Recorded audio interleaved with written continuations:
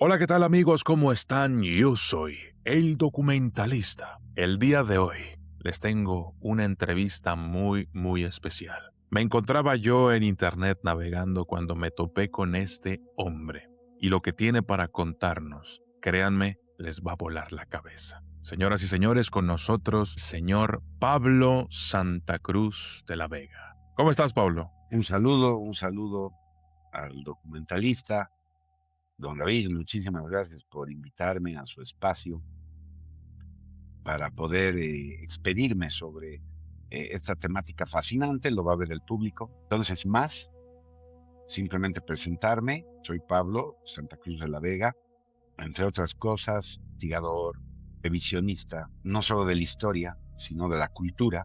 Entonces, se llama lo cultural, lo histórico. Escritor, he escrito varios libros. Me especializo en la sabiduría hiperbórea y todo lo que tiene que ver con ramas afines. Soy un esoterista, experto, autor de una saga de libros, Proyecto OVNIS, entre otros, de contenido ufológico, metapolítico, fundador del movimiento veganista, artista, músico, actualmente liderando a la banda Apus de Bolivia, una banda de metal-rock que incursiona en letras de profundo sentido esotérico. Entonces me dicen, el hombre, justamente por eso. Sí, ahora estamos incursionando en el cine, la cinematografía, audiovisual. Estamos produciendo justamente una película sobre la sabiduría hiperbórea. Entonces, bueno, como tú dices, tenemos mucho de qué hablar, todo tiene que ver con todo, y adelante. Dales la sorpresa sobre qué vamos a hablar ahora en este espacio documentalista. Como tú dijiste en un video en TikTok, como dijo el dermatólogo, directo al grano. A ver amigos, yo me encontraba, como les conté, en internet, y si están suscritos a este canal, sabrán que el tema de la Segunda Guerra Mundial es muy poco tocado por mí en este sitio. Siempre me había parecido que algo no cuadraba, algo no me gustaba en la historia, en la versión, y no sabía qué era. Pero el otro día, cuando me topé con Pablo y su versión de esta historia, me dejó totalmente anonadado. Me llamó la atención de inmediato y dije, lo tengo que traer al canal. Así es que, el día de hoy, nos van a contar esa otra historia de la guerra. Pablo, dinos, ¿tú conoces la verdadera historia de la Segunda Guerra Mundial? Claro que sí, David, es fascinante. Y también es increíble cómo se nos ha escondido el trasfondo. Es un trasfondo no solo histórico, sino metafísico, que explica satisfactoriamente, en el que puedes hilvanar los cabos sueltos, que son muchos, que la historia oficial ha omitido por, podríamos llamar, una segunda intención política: esconder la verdad de las causas verdaderas que llevaron a la humanidad a este conflicto que está considerado como el más grande de la historia, el más grande que ha experimentado la humanidad. Entonces es increíble cómo la gente desconoce este hecho cultural histórico trascendente que ha marcado la historia, nuestra historia, y está afectando nuestros intereses individuales y colectivos como humanidad hasta la actualidad. La gente desconoce absolutamente todo, salvo la pervertida, la llamamos así, perversa propaganda de los vencedores, entre comillas, porque esa guerra no se ha definido. Entonces todavía no hay un vencedor. Se han proclamado vencedores, nos han vendido una propaganda muy mal hecha y la han impuesto a base de difusión desmedida, abusiva, llena de distorsiones y falsificaciones de la realidad que son pues aberrantes. Entonces, en pocas palabras, lo que sabemos de la Segunda Guerra Mundial es ni el 0.5%. O sea, no llegamos ni al 1% de la realidad que abarca este conflicto, una guerra que es, no sé si tú has escuchado de esa guerra mítica del Mahabharata, que está en las tradiciones hindúes. Bueno, nosotros podemos asegurar, en conocimiento de causa, que esta guerra hasta ha sido más grande que la guerra del Mahabharata. Es la guerra más grande en la que se ha involucrado la humanidad y ha participado en su totalidad. Estamos hablando de que en este conflicto han participado todas las naciones del globo.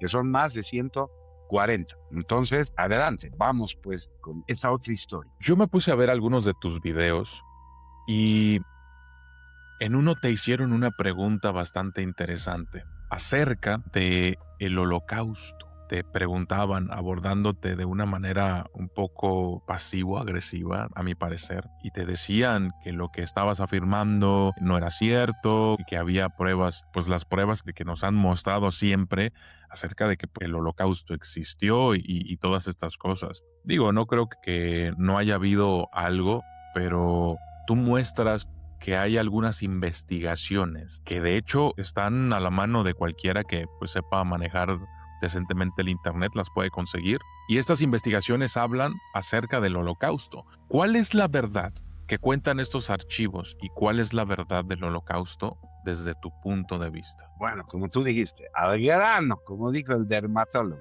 porque este tema es un tapasigno, así lo vamos a leer. Entonces, el signo, lo que queremos ver es la Segunda Guerra Mundial.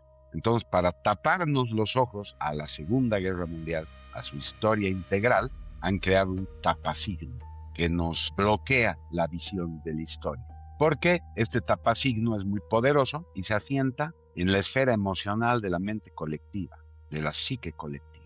Entonces aprovechan mucho la emocionalidad de la gente para bloquearla al conocimiento de la historia. Y por eso han creado este tapasigno que se llama, como tú bien lo has dicho ahí, es una palabra rebuscada por la censura. Entonces tenemos que adoptar una jerga alternativa para poder referirnos a esto sin ser censurados. Entonces, en este contexto, ese tapasigno que nos han puesto es un crimen dantesco que habrían cometido los alemanes, que nos impide ver más allá de que esto sea cierto o no. Es que esa es la cuestión. Entonces, según la propaganda, porque esa es la historia que nos han vendido, una faceta propagandística, claro, hubo un crimen de lesa humanidad que abarca a uno de los protagonistas del conflicto, de este conflicto global del que estamos hablando, llamado Segunda Guerra Mundial. El otro bando. Entonces, la pregunta aquí es, ¿contra quién luchaban los alemanes? ¿Cuál era el enemigo? No eran otros países y otras naciones, u otras personas, como nos han hecho creer. Entonces, aquí vamos a hablar de la supuesta xenofobia que tendrían los alemanes, que pregonaban en esa época el nacionalsocialismo. Así lo llamaremos, porque ese es su verdadero nombre. O sea, no el epíteto que todos conocen y manejan y alegremente tildan de nazi a cualquier. Yo mismo me hago la censura claro.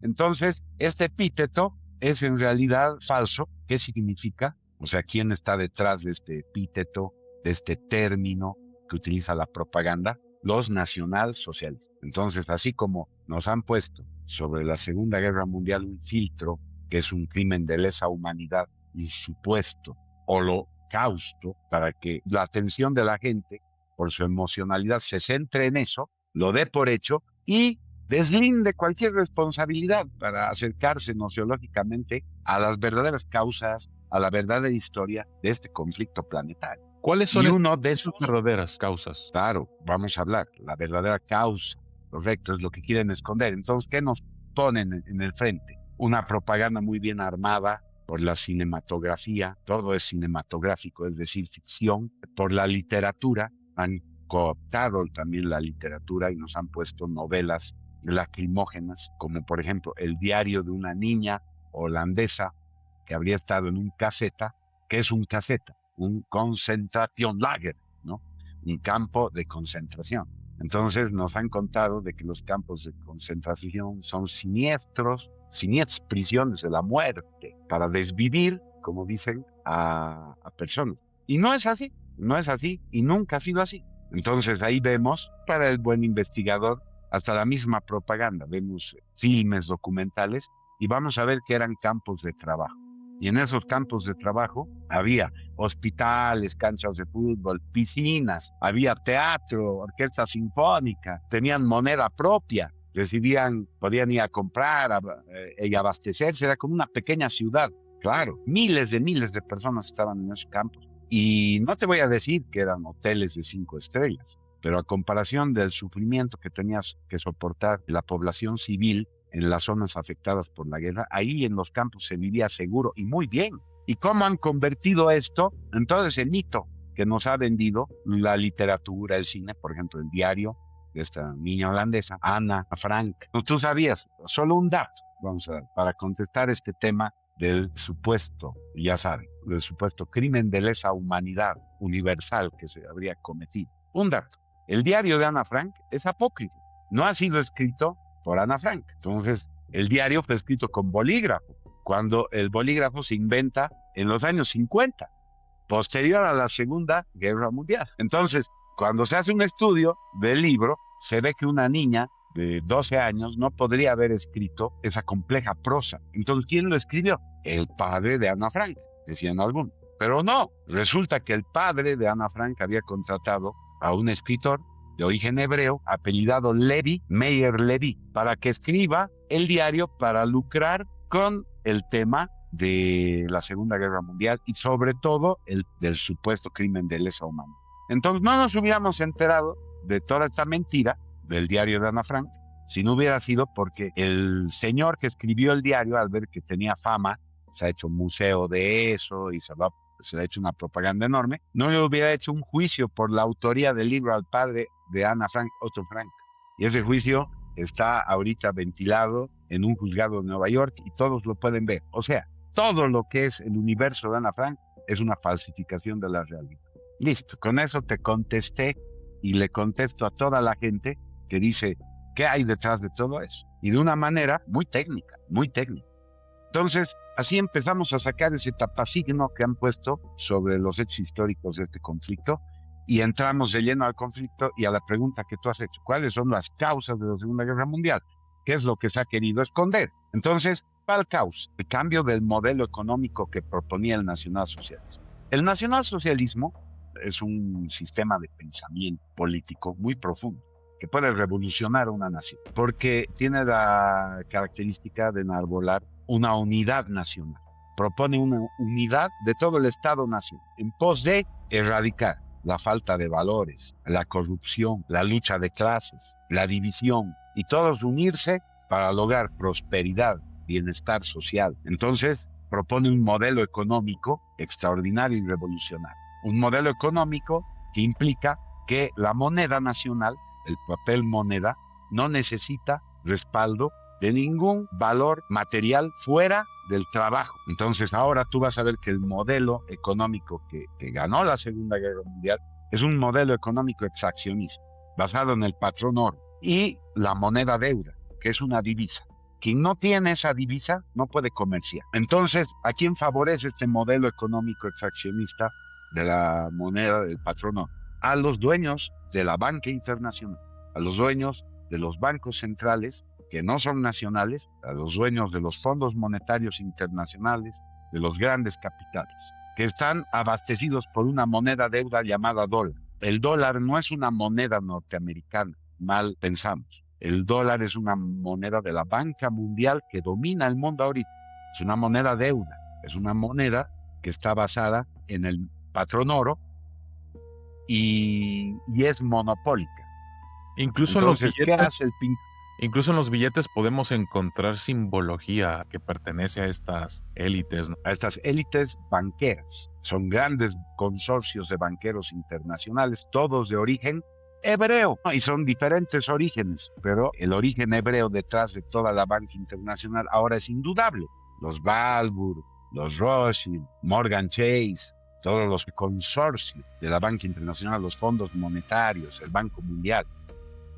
Los capitales que manejan son de esta élite, en dólares. Entonces Alemania estaba, después de la Primera Guerra Mundial, perdida, porque le habían quitado territorios con alemanes étnicos que vivían en ellos y se los cedieron a Polonia, a Checoslovaquia, a Francia, donde eran sometidos a constante hostigamiento y abuso por parte de los locales. Les habían prohibido tener industria y les habían prohibido manejar un modelo económico nacionalista. Entonces tenían que adaptarse a las sanciones financieras que le impuso el Tratado de Versalles y su moneda se devaluó porque no tenía ningún valor que la respalde, mucho menos oro. Entonces los alemanes tenían que ir con carretillas llenas de monedas y papel para comprar un pan. Es la inflación más grande de la historia, se empobrecieron. Entonces los nacionalsocialistas lo que hacen es liberar al pueblo alemán de este modelo económico, hacer una moneda basada en el valor trabajo y empezar a producir. Y se convirtieron en 5 años, bajo la guía del pintor austriaco, en una potencia mundial nuevamente. Alemanes, antes del nacionalsocialismo, buscaban en la República de Weimar, tenían que buscar la basura, ¿no? Y comer ratas para no morirse de hambre. En la época del pintor austriaco y después de su plan quinquenal, iban en cruceros transatlánticos, en vacaciones pagadas, comiendo caviar. Eso es el nacionalsocialismo. Eso es. Y esa es la principal causa de la Segunda Guerra Mundial. Si las demás naciones hubieran seguido el ejemplo de Alemania, nos librábamos de la moneda deuda, de las deudas externas, de los bancos mundiales, de los fondos internacionales, de los préstamos con interés compuesto y usura. Entonces, una nación ahora se presta plata del Banco Mundial y nunca puede pagar su deuda porque los intereses van aumentando. Son intereses compuestos. La usura es inmoral. Debería estar prohibida. En un sistema económico nacionalista soberano, la usura estaría prohibida. No debería haber intereses. Pero mira que vivimos en este planeta, en esta globalización impuesta por este modelo económico judaico, este modelo económico exaccionista de la moneda deuda, del monopolio de la divisa. Y por eso nuestras naciones viven empobrecidas y endeudadas. Entonces, si el pintor austriaco lograba que otras naciones lo sigan, imagínate, hubiera sido la redención de la humanidad. Y eso no podían permitir los banqueros internacionales. Y por eso, como un pulpo, sus conexiones internacionales, principalmente la masonería, ¿sí? Y otros nexos, han coaligado a 134 naciones contra Alemania. Han impuesto la guerra contra Alemania. Y lo que han hecho es victimizar a una etnia en específico. Como los banqueros internacionales son hebreos, tenían que victimizarse. Y han usado a Israel como una víctima para mostrarse en un sentido de victimización al planeta y poder arrastrar a la gente a la guerra contra Alemania, hacer sentir a todos los habitantes del planeta odio por Alemania, odio contra Alemania. Y eso ha sido lo que ha causado la Segunda Guerra Mundial. Para tapar todo eso, han inventado esta falsificación de la ley. ¿Qué te parece? Fíjate que ahorita que estás comentando estas cosas de la moneda, los modelos económicos, lo que pasó en el Holocausto, todo esto me resuena bastante y me hace que me pregunte algo y te lo quiero preguntar a ti. ¿Cómo es que los judíos han estado involucrados en todos los grandes conflictos de la humanidad? Y bueno, para contestar esa pregunta, tenemos que entrar a un contexto metafísico. Es que todo hecho físico, todo hecho histórico, cultural, tiene un motor metafísico. Claro. Esto es difícil de entender para la gente. Entonces aquí tenemos que irnos a un plan mayor. Entonces, ¿por qué el pueblo elegido, por qué el universo hebreo quiere el dominio global absoluto? Yo tengo... Y lo han buscado desde siempre. Yo tengo algunos amigos judíos y ellos siempre se han jactado de el hecho de que los judíos, el 80% del dinero de todo el mundo está en manos judías. Correcto. Es este sistema económico, este modelo económico extraccionista. Y su origen es bíblico. El oro es la clave para el monopolio económico. Entonces siempre han cooptado los hebreos el oro. Ellos han creado la banca mundial, como la conocemos. Entonces, conocer esta historia es fascinante. Y si nos ponemos a hablar de esto, nos perdemos. Y no tenemos mucho tiempo. Entonces vamos a proponer unas fuentes extraordinarias para que la gente se remita. ¿Quieren conocer las verdaderas causas de la guerra mundial, de este conflicto casi más grande que el Mahabharata? Recomiendo un libro de un autor mexicano, mira, un coterráneo tuyo, David, el extraordinario Salvador Borrego Escalante, que ha escrito un libro que debe ser el mejor libro de historia que se ha hecho jamás sobre la Segunda Guerra Mundial. Se llama Derrota Mundial, de Salvador Borrego Escalante. Entonces vamos a hacer una cosa, yo te voy a enviar un PDF para que tú puedas ponerlo a disposición de tus seguidores, que cuando vean este programa digan, yo quiero el libro, pero al buen buscador en internet va a poder encontrar sitios de bajada de este libro. Bajen, léanlo. Encontrarlo en físico, imposible, pero lo recomiendo. Y lo tenemos también en redes, o sea, te voy a facilitar para tus seguidores un audiolibro que está subido en el internet de 40 capítulos de 1 hora. O sea, imagínate la carga que tiene para que tus seguidores simplemente pongan play. En 1 mes y 10 días terminan de estudiar Derrota Mundial y va a cambiar su forma de ver todo. Pero para entrar a la historia de por qué durante toda la historia de la humanidad, 6.000 años, los hebreos han intentado y siguen intentando concentrar todo el poder en sus manos y fundar un gobierno mundial con ellos a la cabeza, debemos remitirnos más allá de la Segunda Guerra Mundial, prácticamente al origen. Entonces debemos aprender historia, inclusive bíblica, porque en la Biblia, en el Antiguo Testamento, está todo, pero la gente no tiene las claves para leer un libro tan difícil como la Biblia. Entonces vamos a proponer un libro que, mira, resuelve de una vez y para siempre, nos informa sobre esta historia oculta. Se llama El misterio de Belicena Pilca, de Nimrod de Rosario. También te voy a facilitar el PDF y te voy a facilitar un videolibro para que la gente que no le gusta leer o leer en plataformas le es difícil, entonces quiere escuchar igual.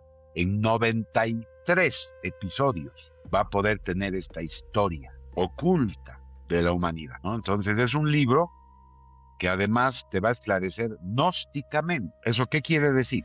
Que nos va a conectar con una espiritualidad de la que estamos desconectados. Entonces, hay una historia materialista, pero esa historia materialista está impulsada por un motor metafísico. Para ver ese motor metafísico tenemos que remitirnos a los dioses que están detrás de la historia. Entonces, bien interesante, David, porque con la ufología, por ejemplo, hiperbórea, entonces hay una cuestión. El misterio de Belicena Pilca, este libro que te propongo, es un libro de divulgación de una filosofía, un sistema de pensamiento mayor, que se llama sabiduría hiperbórea, y es revolucionario. En base a esta sabiduría hiperbórea, nosotros hemos creado, fundado, la ufología hiperbórea. Y en la ufología hiperbórea hablamos de los dioses, de Dios y de los dioses, la historia. Lo que llamamos extraterrestres ahora, para que entienda la gente, son los dioses de la antigüedad. Entonces, el Dios de los hebreos, ¿quién es? Jehová, Yahvé. Es un alienígena, un extraterrestre. Entonces, viendo su rostro, sin divinidad, sin teología, viendo su rostro objetivo, como si fuera una entidad cósmica, vamos a descubrir muchas cosas. Porque detrás de las intenciones del pueblo elegido de los hebreos, está Yahvé, Jehová. Entonces hay que conocer quién es este Dios. Y es ahí donde hay mucha confusión en la gente. Y aquí estamos tocando la fibra más íntima de algunas personas que seguramente creen, perjuran, que solo hay un Dios y es Él. Y no es así. Y tiene que ver con la historia del pueblo elegido, la psique hebrea, pero por supuesto, veamos un poco al Dios de los hebreos y vamos a saber cómo es su pueblo elegido. Entonces tenemos que conocer quiénes son los hebreos. O sea, bueno, a mí me gusta mucho la teología y todo esto. ¿Estamos a punto de hablar del demiurgo? Así es. Ok. Muy bien, ya estás entrando en materia, sí, ya, el demiurgo. ¿Quién es este demiurgo? Entonces, un rasgo daremos, como el diario de Ana Frank, del que hemos hablado, un rasgo daremos para sintetizar las cosas. Después uno empieza a jalar el hilo y va llegando. Entonces, una hebra de hilito daremos. ¿Cuál es la característica de este Dios? Es celoso. O sea, si podemos decir algo del Dios hebreo, es que es celoso. Celoso, además de quién? De otros dioses. Entonces, ¿cómo alguien puede ser celoso de otros dioses si el único Dios es Él? ¡Claro! Entonces, aquí estamos viendo una guerra milenaria por la hegemonía mundial entre los hebreos y otros pueblos que tienen como dioses a otro que no es él. Y ese es el origen de las guerras. Esta alegoría de Caín y Abel, ¿no? También nos ayuda, porque para que vean cómo nos distorsionan la historia y cómo nos venden al malo como bueno. Entonces, en el mito de Caín y Abel que nos venden, nos han vendido que Abel es el bueno. ¿Por qué? Porque lo han asesinado. Entonces, tú sabes, no hay muerto malo ni novia fea. Lo sabes, ¿no es cierto? No hay muerto malo ni novia fea. Entonces, vean la inteligencia que tiene el demiurgo, la inteligencia que tiene su pueblo elegido para distorsionar la realidad. Y se aprovechan de un factor emocional, lo que hemos hablado al principio. Entonces, como el muerto es Abel, tiene que ser el bueno. Pero cuando analizamos la historia de Abel, vemos que no está. ¿Qué vemos detrás de la historia de Abel? ¿Qué es lo que vamos a ver? Vamos a ver, según el mismo mito que ellos nos ven, al favorito de Dios, del demiurgo. Su favorito, ¿por qué? Porque le ofrece sacrificios de sangre, de criaturas inocentes. Eso es agradable a Dios. Eso es lo que vemos detrás de Abel. En cambio, detrás de Caín vemos a un hombre trabajador, a uno que por labrar la tierra se vuelve riquísimo y próspero con el trabajo, el fruto de la tierra, que lo arranca con sus propias manos, su labor, su trabajo. Brillante constructor de ciudades amuralladas, arquitectón, un tipo que maneja todas las especialidades laborales. Vamos a ver a este darle como ofrenda a Dios el fruto de su trabajo.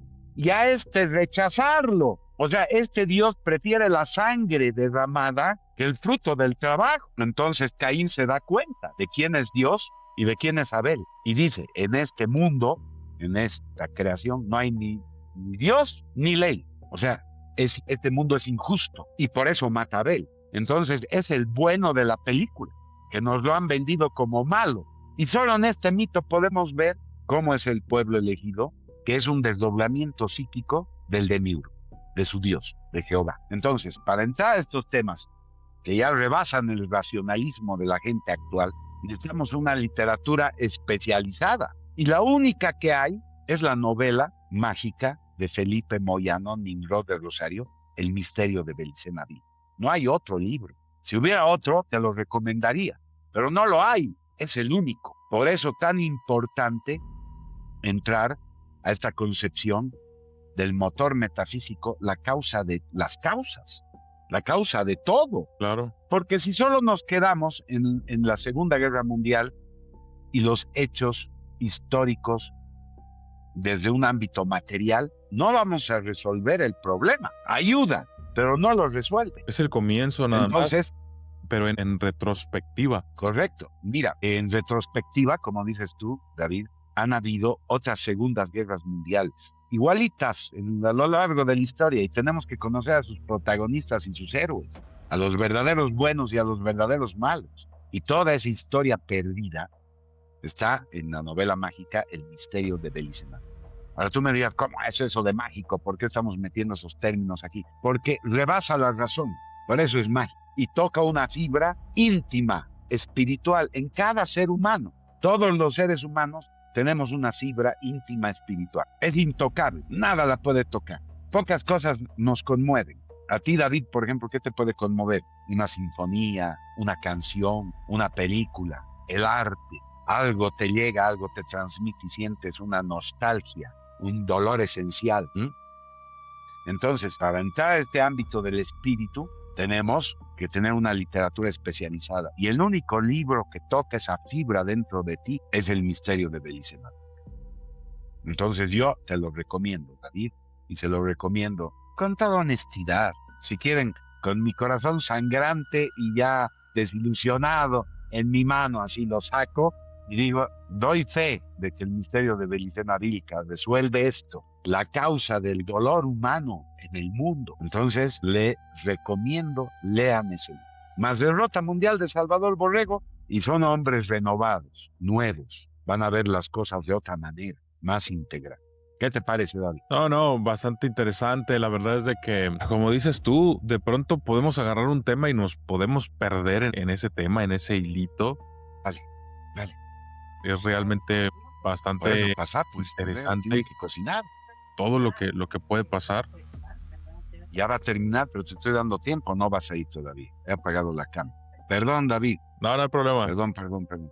Es que estábamos aquí en plena hora del almuerzo, entonces tienen que circular y quiero evitar esa circulación. Listo. Bien, Me adelante, preguntabas, perdón, David. ¿y qué opinaba? Te decía, de pronto nos podemos perder, como tú dices, en uno de estos subtemas que son prácticamente un universo de pues significados, razones, detonantes que, como lo veíamos en retrospectiva, bueno, pues explican todos y cada uno de ellos una parte de la historia, de esta otra historia que pues yo la había sentido, ¿sabes? Yo había sentido que algo no andaba bien por ahí, así como cuando renegué de mi religión, de pronto sentía que también renegaba un poco de esta versión que nos cuenta Hollywood de la historia de la Segunda Guerra, y de pronto te encontré a ti y esta forma en la que tú cuentas todo me hace más match, más clic. Y yo te elegí entrevistarte, te mandé el mensaje porque considero que mucha gente debe de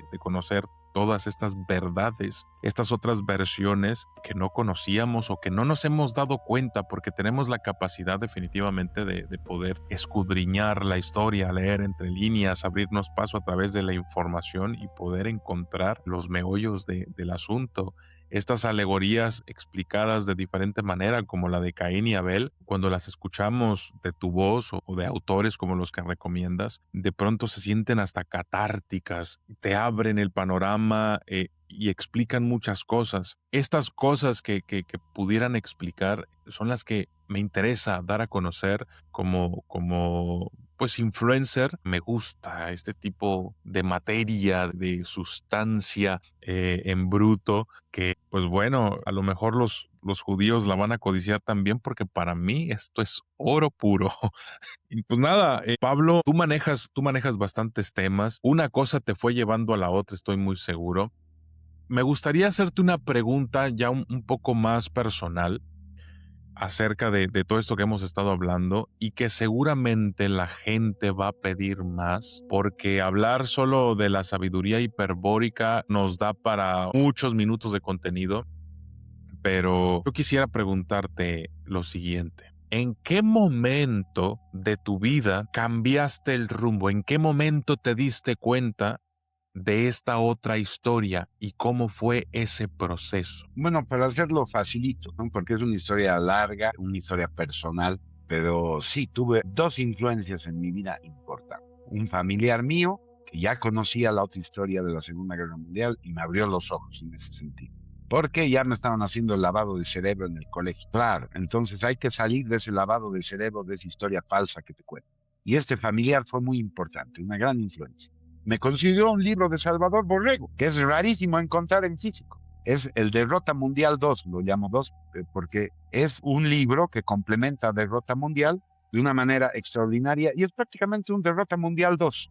Se llama Infiltración Mundial. Entonces este libro me marcó mucho. Y desde entonces, claro, el mundo que ves leyendo uno de los libros de Borrego no es el mundo que quisieras ver, pero es el mundo real. Un mundo donde la corrupción es la nueva realeza, la nueva monarquía y gobierno. Entonces, claro, cuando lees Derrota Mundial dices, con razón, han ganado los malos la guerra. Por eso este mundo está regido por los malos. Por eso es un mundo absolutamente aberrante. Entonces, ahí te quedas con la impotencia, porque no puedes hacer absolutamente nada.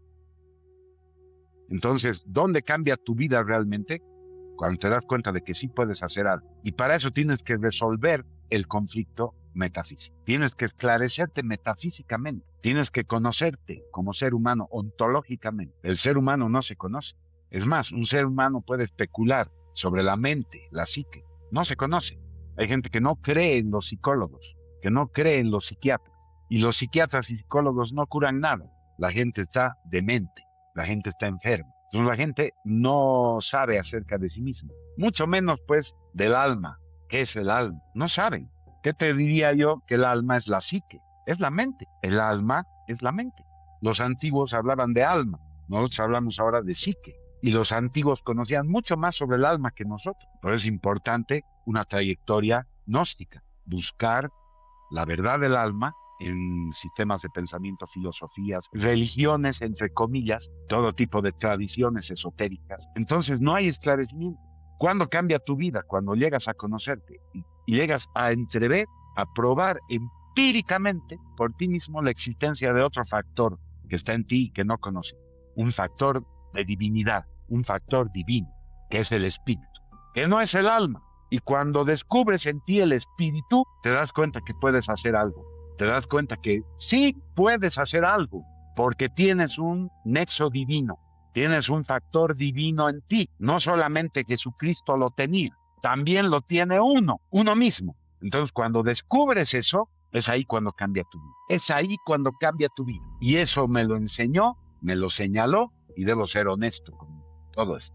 Claramente, como nunca nadie lo ha hecho, el misterio de Belicena Vilca de Felipe Moyano. Es muy importante para mí la obra de este argentino. Entonces soy honesto. Él me mostró la divinidad que porto y gracias a eso he descubierto lo que soy capaz de hacer. Y es ahí donde cambia tu vida. Perfecto. Pablo, ya se nos está acabando el tiempo, pero yo quiero aprovechar, se me vino a la mente otra pregunta ahorita que estabas comentando acerca de la verdad gnóstica, del gnosticismo, de este Jesús del que acabas de mencionar. Y en relación a lo que estuvimos hablando acerca del demiurgo, de este Dios iracundo, este Dios celoso, este Dios de los hebreos al que se ofrecían sacrificios, pero que luego llega este otro judío, el judío más famoso de todos los tiempos, que fue Jesús, y revoluciona. Y de ahí se desprende también lo que hoy conocemos, parte de lo que conocemos como el gnosticismo, los gnósticos. Y a mí me gustaría conocer cuál es tu visión, tu interpretación, tu opinión acerca de Jesús desde este enfoque que estamos tratando el día de hoy. Excelente. Y queda para, digamos, sellar o cerrar esta maravillosa tertulia contigo, esta entrevista. Muchísimas gracias.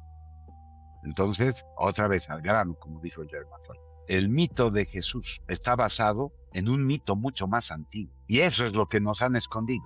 Eso es lo que había detrás de libros tan grandes como el Enigma Sagrado, de donde sale el Código Da Vinci. Dan Brown, no es que plagia, pero se basa en el Enigma Sagrado, es un libro mayor para hacer el Código Da Vinci. Entonces, el Código Da Vinci, el Enigma Sagrado, los libros de Robert Ambelain, el masón, grado 33, experto francés, que nos ha dejado una serie de libros maravillosos. Por ejemplo, el libro Jesús o el secreto mortal de los Templarios. El libro Saulo, el hombre que creó a Jesucristo, o el libro Los secretos del Gólgota, que son libros extraordinarios.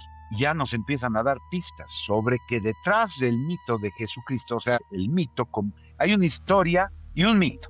O sea, Jesucristo fue histórico, pero su historia no la conocemos. Lo que conocemos es el mito que nos vendió la iglesia. Bueno, detrás del mito de Jesucristo hay un mito mucho más poderoso, mucho más original y antiguo, que viene desde la Atlántida, y es el mito de Cristo original. O sea, antes de Jesucristo hubo un verdadero Cristo, un Cristo original. Entonces, las claves para desentrañar quién es Jesucristo están en este mito. Y es un tema muy complejo, que no lo vamos a resolver ni en 10 tertulias. La gente tiene que entrar en contacto con información selecta y una fuente, pero vital, la acabo de nombrar, es el misterio de Belicena. Pero detrás de estas fuentes tiene que haber un conocimiento gnóstico previo. Gente erudita que ha leído. Hay otro libro extraordinario de un autor que ha sido desvivido por la osadía de escribir sobre ciertas cosas. Andreas Faber-Kaiser ha escrito Jesús vivió y murió en Cachemira. Imagínate. Entonces, ¿quién era Jesucristo?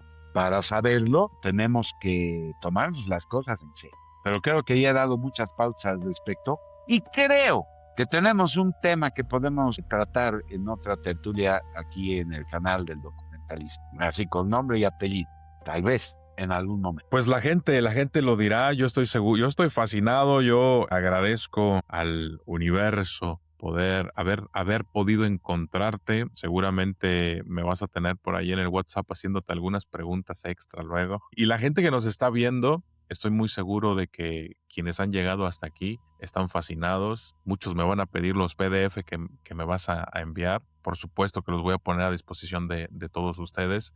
en mis diferentes redes sociales. Agradezco, Pablo, tu gran aportación y sé que todavía nos puedes aportar muchísimo más, que te has extralimitado el día de hoy, sobre todo por los temas de censura. Y te agradezco de verdad que hayas estado el día de hoy y nos hayas compartido tu tiempo, tu espacio, tu desayuno, almuerzo, no sé. Y pues yo me quedo con mucha tarea, No he leído el libro de Nimrod, pero créeme que hoy mismo empiezo. Cuéntanos, Pablo, tus redes sociales, ¿cuáles son? ¿Dónde te puede encontrar la gente? ¿Cómo te buscamos? Pablo, se te cortó el audio, no te escuchamos.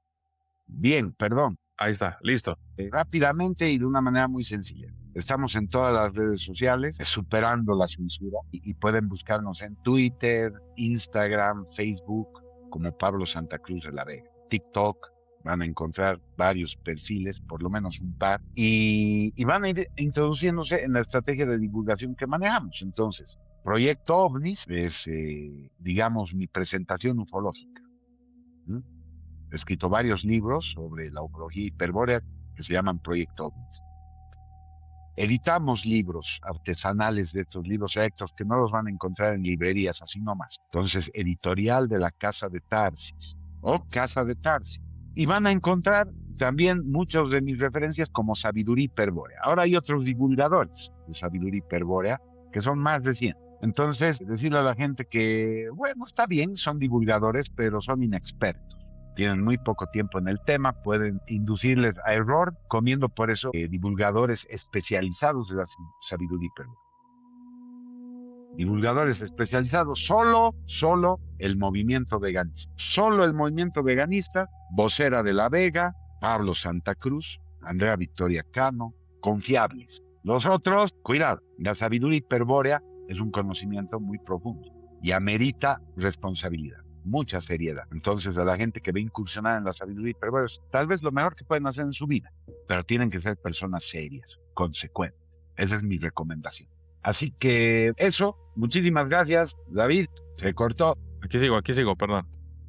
Sí, muchísimas gracias, David, también por darme este espacio extraordinario. Creo que pronto me estés enviando los links para compartirlos con todos nuestros seguidores en tus redes sociales. Ha sido un privilegio estar contigo hoy día. Muchas gracias. Muchas gracias a ti, Pablo. Y pues muchas gracias a la gente que nos ha seguido hasta esta parte del video. Yo sé que ustedes están fascinados y si han llegado hasta aquí significa que son personas que están despertando, que son personas inteligentes y que son auténticos seguidores de este canal. Si es así, déjame en los comentarios la palabra Pablo, #Pablo, y así, de esta forma, sabré que has llegado hasta el final. Señoras y señores, yo soy el documentalista y esto fue una entrevista con Pablo Santa Cruz de la Vega. Gracias y hasta la próxima.